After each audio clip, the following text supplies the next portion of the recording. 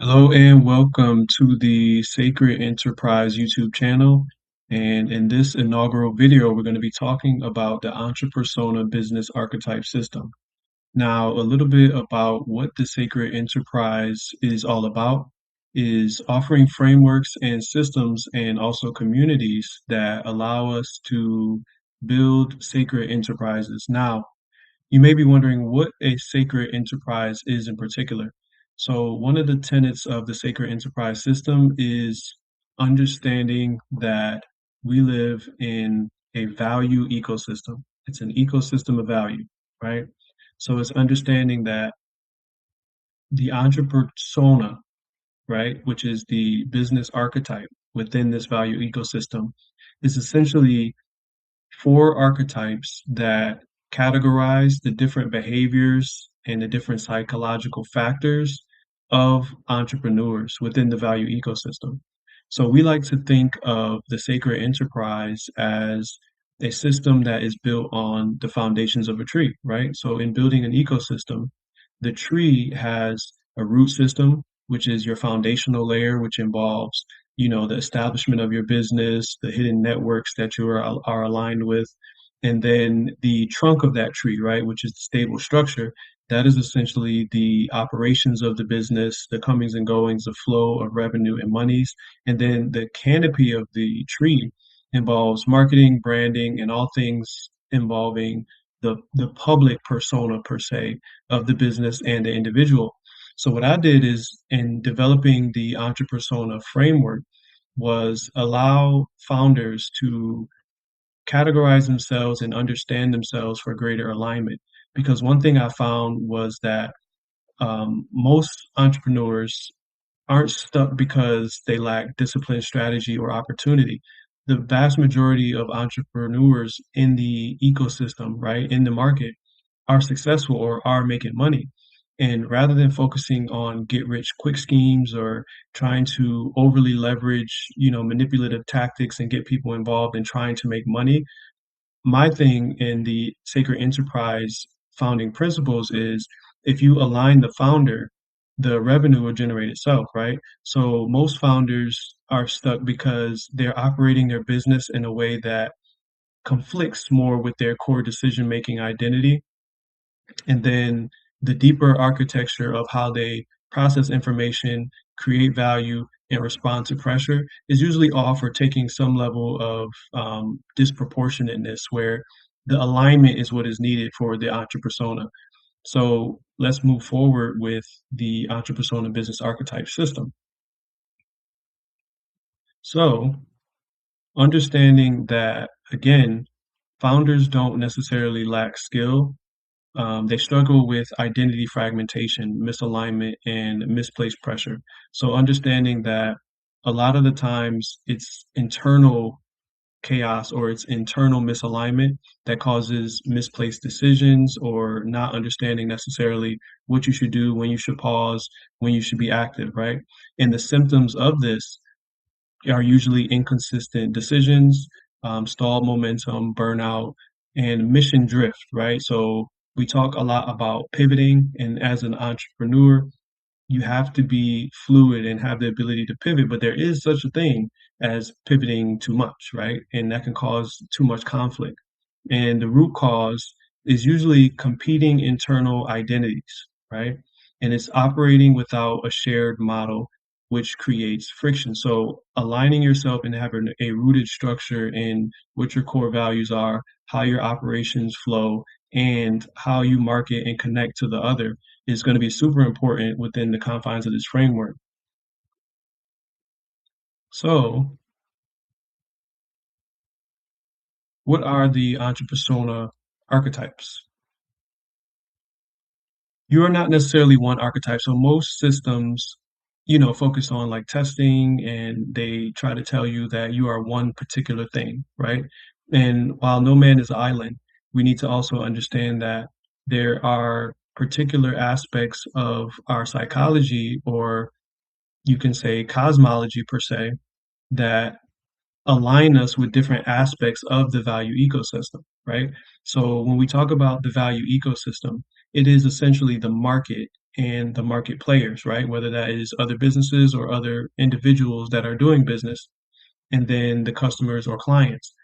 And we also have to understand inner outer. I always like to say business development is personal development and personal development is business development. So when we understand that the entrepreneur themselves is an ecosystem of identities that activate across different contexts, you'll be able to better understand why you behave in one context, but in a different context, you see different results, right? So a lot of us may, when we're in a social setting, shine, but when it comes down to making one-to-one decisions or closing somebody one-to-one, you may struggle, or vice versa, right? So context is super important, and context actually activates these different identities, which is super, super important to always understand. And what we have to do is understand that we have to integrate these four particular aspects of ourselves, and it's less about like choosing one over the other and more about like the awareness, understanding that you have to become aware of these identities in order to better activate and integrate within your business. So these are the four entrepersonas, right? So this graphic we're going to go over more in later videos, but it is all encompassing in explaining the entrepersona concept, right? So the first one we have here in the upper left quadrant is what we like to call the empowered transformer, right? The second is the informed guide. The third is the value generator. And the fourth is the skilled builder. Now, the empowered transformer, we're going to take a look at some of the keywords that are associated with these particular entrepersonas.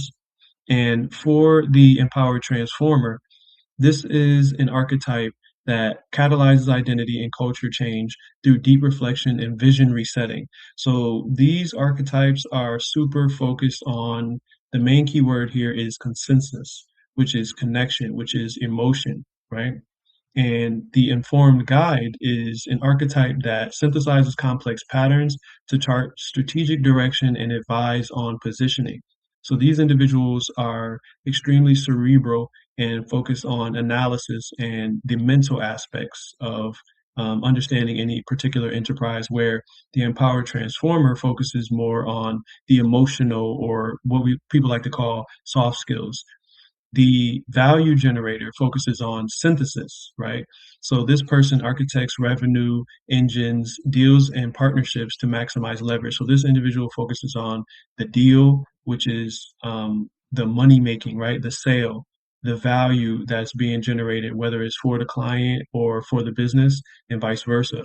This individual focuses a lot on taking aspects from many different environments and condensing them into one environment to create value, right? So this is essentially the basis of value.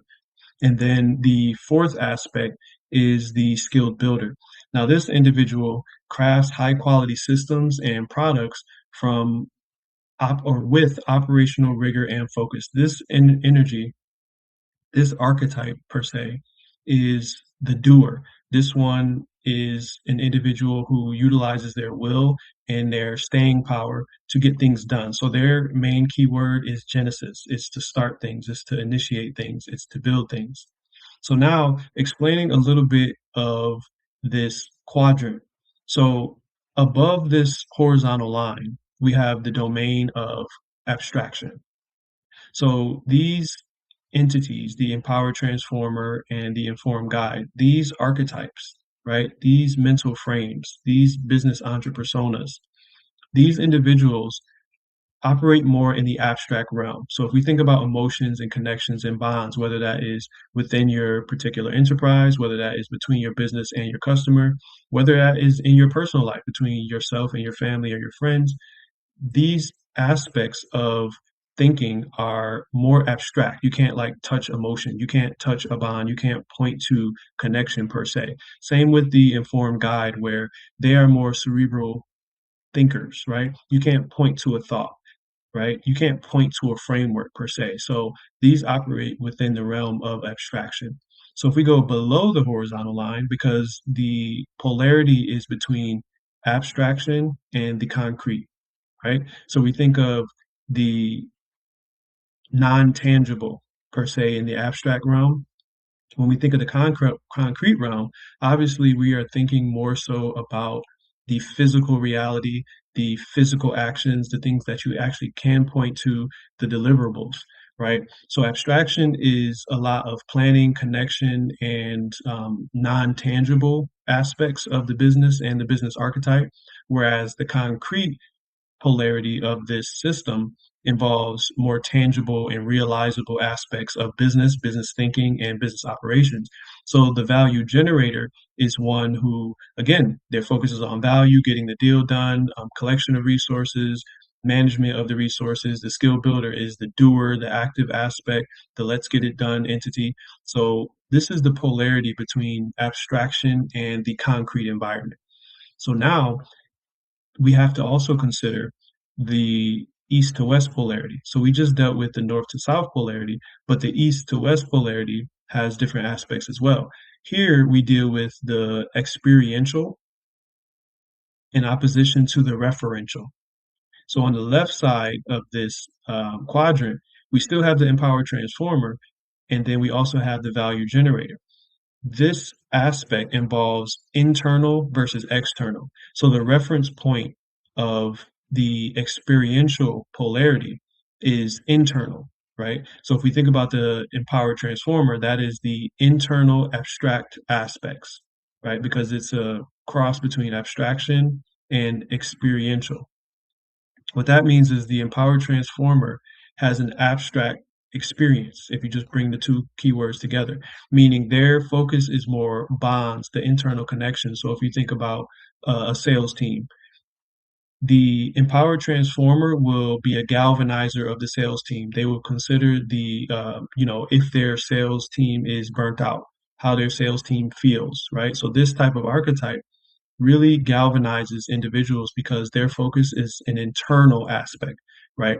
Now, as opposed to the value generator, where their focus is still internal, it's still experiential. What is the experience of the other, right? Or what is the experience of in the concrete realm, because it's a cross between the experiential and the concrete, it is what is happening internally within our system, right? So within our business itself, what is the core outcomes? What are the deliverables? What are the value? What is the value that we are creating? So the experiential aspect focuses on an internal functioning of a system or an individual, whereas when we travel over to the referential polarity, we focus more on the other or the external aspects. So the informed guide would reference information. So they have to collect information, they have to collect knowledge, they have to collect information, they have to do surveys, they have to interview people, they have to collect data and read books, reference material. So the referential aspect needs external data, needs external information, needs external materials. So when we think about concrete again, but with the skilled builder operates in the referential, right? But their focus is materials, right? So you need materials to build. You need people to build, right? So understanding the difference in these two sets of polarities gives you the all-encompassing system in terms of where these archetypes essentially come from. So that's super important. This slide here is literally encompassing the entire Entrepersona framework, minus a few nuanced details, which we'll cover in other videos as well. Now, just a little bit more about each Entrepersona individually. We think about the strengths most of the time of our particular archetype. So when you do your Entrepersona test, right? So when you test to see what your Entrepersona archetype is, mind you, these archetypes are all encompassing. So you are all of these things, and you have the potential to exhibit and embody all of these particular entrepersonas. But with your particular test and your report, you'll see that you, at your core, operate within one archetype mainly, right? So for those who would be um, on the report as an empowered transformer, the strengths again are about catalyzing deep organizational change, right? Aligning actions with core values and reframing limited narrative. So again, these are all internal aspects. These people really correct the internal emotional mechanism within others and within themselves. And that is their frame of reference. That is their domain. Right. So when you get these type of people, if you're one of these type of people or one of these type of people come into your team, these are people persons, right? These people need to work with people. They need to mold and shape the emotions of others. That is going to be their strength and their wheelhouse. So again, their domain is vision resets, right? Strategic pivots, brand story and identity. So storytelling, right? Things that can galvanize the customer or the client and allow them to move from the more logical aspect of their thinking to make a purchase decision into the more what values am I connecting to this purchase, or what emotional resolutions am I gaining from this particular purchase or this particular contract and working with your particular entity or enterprise.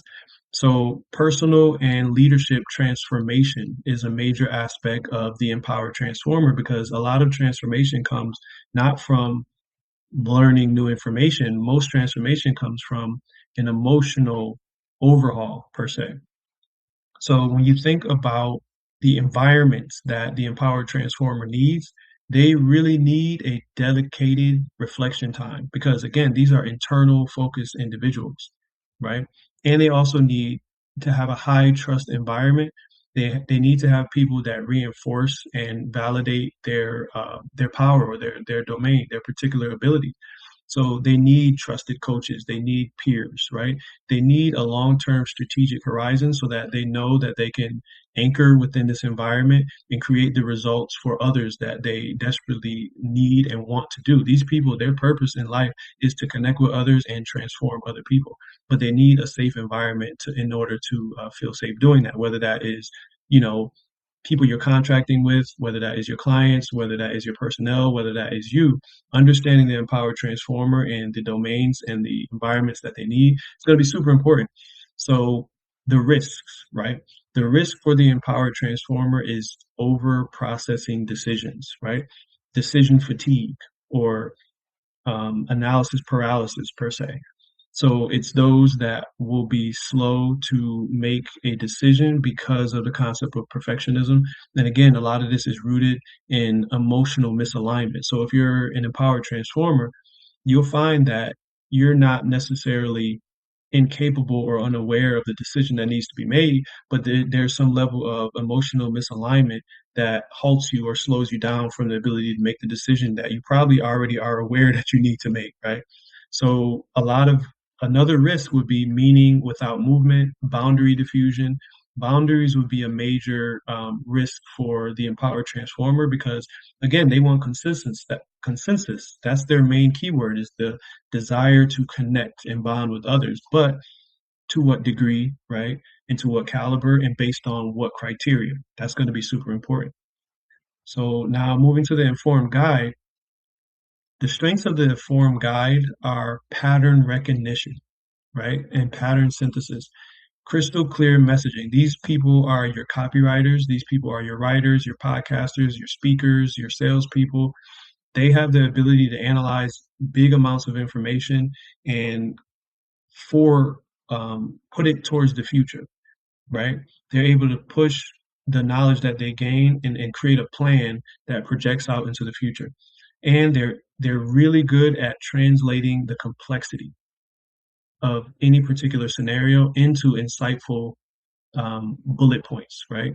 So understanding the domains that the informed guide dominate, right? It's the positioning and go-to-market strategy. These are excellent marketers. Again, these people can analyze really, really well, so they can see trends coming up in the market, trend analysis, research to insight pipelines, advisory and executive coaching, right? Because they're the ones that notice the canary in the coal mine.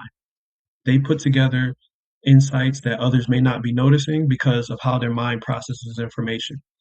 So they really can develop or be or become thought leaders. Whether if they're not the thought leader, they have the ability and skill to create thought leaders out of other people, right? So the environment that they need to thrive is access to signal rich input. So they need data. That's that referential domain that I was mentioning before, which is on the right side of the quadrant. They need objects to analyze, right? So they need information. They need to watch YouTube videos. They need to watch podcasts. They need to learn from other people. They need to read. They need to write. They need to speak. They need data within their environment in order for them to thrive best. And a whiteboard is super important. Notepads, notebooks, recording software, anything that they can record this data as well or record their insights is going to be super important. So the ability to debate, intellectual challenge, they're going to need that type of environment because what that's going to do is build on the skill sets that they already have, and they're going to make for a person that's going to be super valuable to your enterprise, or you will be valuable to the other if you are an informed guide. The risk, though, right? Which is analysis paralysis. So you can get so caught into analyzing an environment or analyzing information that you don't make a decision at all, right? Over indexing on certainty. So you can feel so comfortable with the information that you have that you don't realize that that needs to also be tested in the concrete because again the environment that the informed guide operates in is in the abstract, which is the above aspect of the quadrant. So in addition to taking in data and information, they need to also go down into the concrete environment to test that up against reality, right? And now we have the value generator. Okay, so their strengths are values, right? Income, money. So their ability to design offers and monetize skill sets. That's the notion of synthesis. So a value generator is someone who sees like, oh, you're really good at this. Oh, this market is in need in this way. Oh, these tool sets or this is the skill set that this other individual has. Oh, there's a gap here. Let me put all of this together and design an excellent and elegant offer that can bring revenue to a structure. So if you're a value generator, it's probably easy for you to design systems that generate money or revenue or generate values in general, right? So these individuals also create leverage and scale. So that's a really big thing for them. They can take a couple aspects and use a lever like software, use a lever like AI, use a lever like their network and create massive leverage and value or revenue for themselves because of their ability to see what others can't see in terms of value, right? So strategic partnerships is super important. And the value generator is someone who also has valuable connections and they value their friendships, they value their network, they value the relationships they make with others, not only to make money, but if you look into a value generator's, Palm Pilot, right? If you look into their contact list, they're going to be able to reach into that contact list and you're going to find other entrepreneurs, you're going to find other people that they can make money with, right? Pragmatic prioritization is a major thing. These people are usually really grounded, right, and value centered. So the domains that they operate in mainly are pricing and revenue architecture, channel strategy development, high stakes deal making, and growth loops and systems. So if you put these people in an environment where things need to grow or things need to be accumulated, they're going to do very well. And again, if you are a value generator, you're going to do very well in environments that involve money, whether that's banking, whether that is sales, whether that is whether that is financial analysis, regardless of what it is, if it involves values, valuables, revenue, profit, the value generator is going to be somebody who does excellent in those type of environments. The environment that is needed to fortify that, though, is clear KPIs and metric visibility, right? Transparent pipeline views, autonomy and negotiation space, fast feedback on unit economics. They need to be able to understand the moving parts of what creates value. So not just the long range of like this is what we're gonna do and what we're gonna accomplish. Like the informed guide has a bird's eye view of what the plan will be or how we'll get to success. The value generator needs an environment to know, okay, what's the statistics? What are the environments? What is the budget?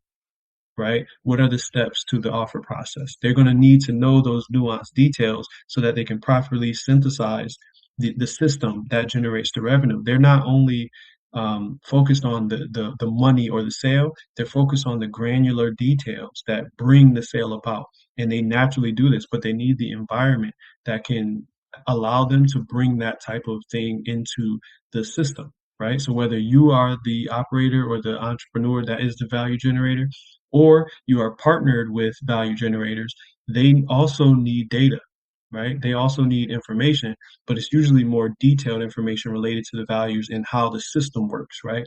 They need to know how the nuts and bolts of the value generation system work. Their risks are short-term optimization bias, right? So a value generator can generate value, right? They can generate money and revenue. But if they're more short-term, if they're get rich quick, if they're short-sighted, they're going to vastly underperform in terms of their potential, right? Because the value generator has the potential to bring in revenue in terms of longevity, right? Long periods of time. And these people can develop transactional tones, like what's in it for me, right? And that's a downside. Now, obviously, you can think in that way, and that could be a lens you have and consider. But if that is like front of your mind, that could be, again, short-sighted. You cannot, it can blind you to the long-term benefit of a particular relationship. So you may not get the value that you perceive up front, but there's obviously back end that you can focus on as well. And a value generator may leave a lucrative deal on the table because they're not considering, or they're overly considering the upfront work it may take, or the upfront um, low output they may get in terms of revenue, and then not paying attention to the long-term value that they can extract out of a scenario. So yeah, the to develop that type of mentality, you really have to watch for it, right? And the neglect of brand and team health, because if the focus is always exclusively revenue, you're not operating in the empowered transformer archetype, right? You're not considering like what is the state of the emotions of the individuals doing the work and generating the value. That could also be a potential danger zone. So now with the last entrepersona archetype, we have the skill builder. Now, the skill builder is kind of special because they actually encompass all four entrepersonas into one.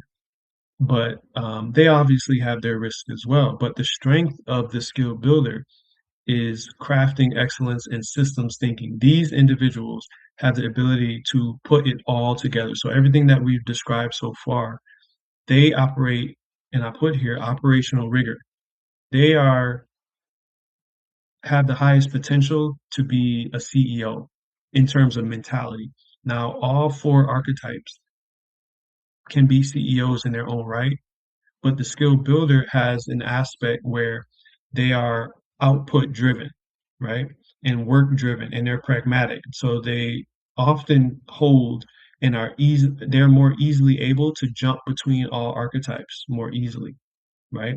So it's not that the other archetypes can't be CEOs. If you're an empowered transformer, if you're an informed guide, if you're a value generator, you could be extremely successful. The thing about the skill builder, though, is they have the highest willpower, right? So they are execution focused, where others may get delayed in terms of analysis, or overly focusing on the value, or overly inundated with information and data, or overly focused on the relationships, and is blinding you to the decisions that need to be made. The skill builder, their central point of focus is willpower. So it's like what needs to be done, what needs to be done, right? So obviously there are risks to that, which we'll go over in a second.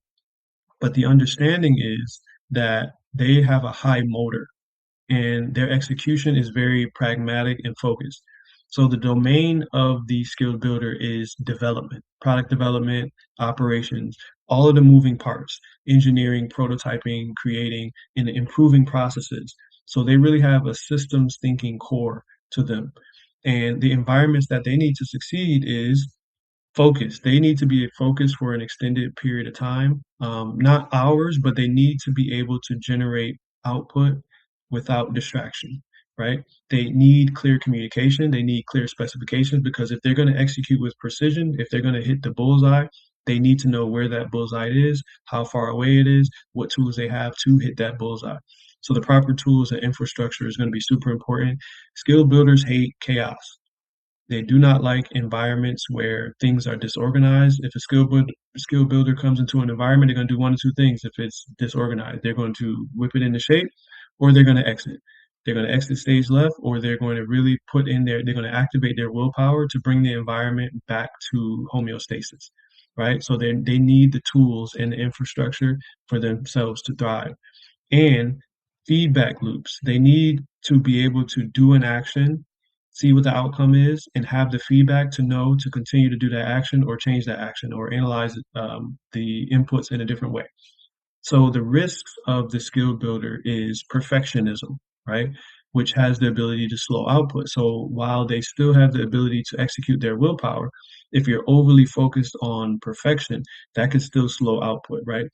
Scope creep from detail focus. So they can major in the minors, right? So although it's at the same time a positive attribute to be extremely focused, you can major in insignificant details, which can slow down your processing ability, which can slow down, step 3, 4, 5, 6 of the process down the line, right?